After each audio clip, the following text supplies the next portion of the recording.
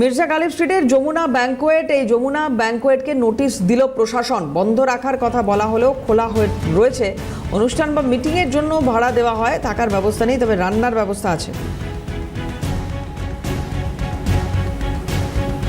মফিজুল ইসলাম আমাদের প্রতিনিধি রয়েছেন, সরাসরি চলে যাব মফিজুলের কাছে। মফিজুল,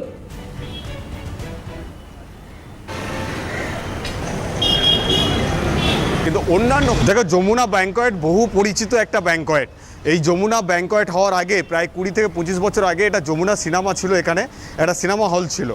সেই যমুনা ব্যাংকোয়েট এত পরিচিত দীর্ঘদিনের একটা বিল্ডিং, সেই বিল্ডিংয়েরও কিন্তু ফায়ার সেফটি নিয়ে প্রশ্ন উঠেছে এই মুহূর্তে দাঁড়িয়ে নিউ মার্কেট অগ্নিকাণ্ডের ঘটনার পর।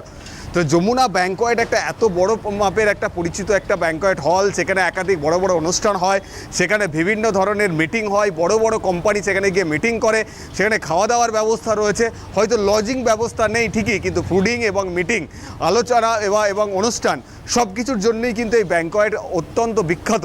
ফলে সেই ব্যাংকোয়েটকেও কিন্তু নোটিশ ধরানো হয়েছিল প্রশাসনের তরফ থেকে, দমকল বিভাগের তরফ থেকে, যে এই ব্যাংকোয়েটের অগ্নি নিরাপত্তা ব্যবস্থার মধ্যে ত্রুটি ছিল বলে, যে কারণেই তাকে কিন্তু নোটিশ ধরানো হয়। তাদেরকেও কিন্তু এই দমকল বিভাগে গিয়ে শুনানিতে হাজির হওয়ার নির্দেশ দেওয়া হয়েছিল এবং সেক্ষেত্রে তাদের ফায়ার সেফটি সংক্রান্ত যাবতীয় নথি নিয়ে তাদেরকে কিন্তু হাজির হওয়ার কথা বলা হয়েছিল। যেটা আমরা জানতে পারছি, গতকালকে তারা তাদের সাপেক্ষে সমস্ত নথিগুলো তারা কিন্তু এই দমকল বিভাগে জমা দিয়ে এসছে। কিন্তু সেখানকার একজন নিরাপত্তা রক্ষী, যিনি দীর্ঘদিন ধরে ওই ব্যাংকোয়েটে তিনি কাজ করছেন, তার বক্তব্য যে প্রতি 3 মাস অন্তর অন্তর তাদের এই ব্যাংকোয়েটের ফায়ার অডিট হয়ে থাকে।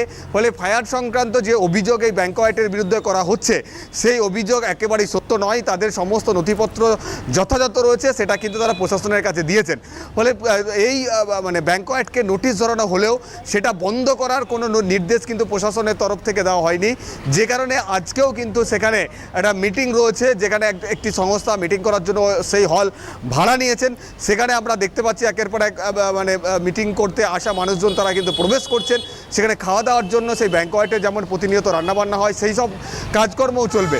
তবে যমুনা ব্যাংকোয়েটের যদি অগ্নি নিরাপত্তা নিয়ে একটা প্রশ্ন উঠতে থাকে প্রশাসনের কাছে, সেটাও কিন্তু অবশ্যই একটা বড় প্রশ্ন হবে। কারণ যমুনার মতো একটা পরিচিত এই ব্যাংকোয়েট, যেটা এর আগে ওখানে একটা সিনেমা হল ছিল, সিনেমা হলের পরিবর্তে সেটা ব্যাংকোয়েট হয়েছে, সেখানের অগ্নি নির্বাপক ব্যবস্থা যথাযথ থাকবে, এটাই বাস্তবিক হওয়া উচিত, বা এটাই বাস্তবিক মানুষের ধারণা থাকে।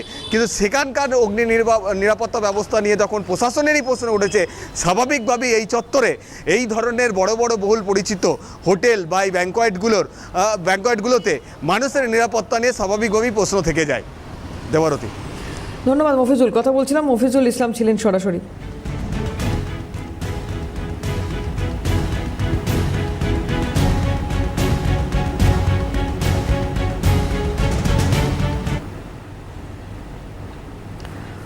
অসমাপ্ত সেতু দুর্বৃত্তদের আখড়া। দূর থেকে মনে হবে আমাজনের জঙ্গল, জঙ্গলের ভেতরে ভুতুড়ে কংক্রিটের সেতু। 15 বছরেও পাকা সেতুর কাজ অসমাপ্ত। বাম আমলে তৈরি খালের ওপর এই কোটি কোটি টাকা ব্যয়ে ভাঙর কাটা খালের ওপর এই সেতু তৈরি। উদ্দেশ্য 24 পরগনা যোগাযোগে উন্নতি করা। পাকা সেতু রাতে এখন দুর্বৃত্তদের আখড়া। ভুতুড়ে সেতু বলেই পরিচিত মানুষের কাছে।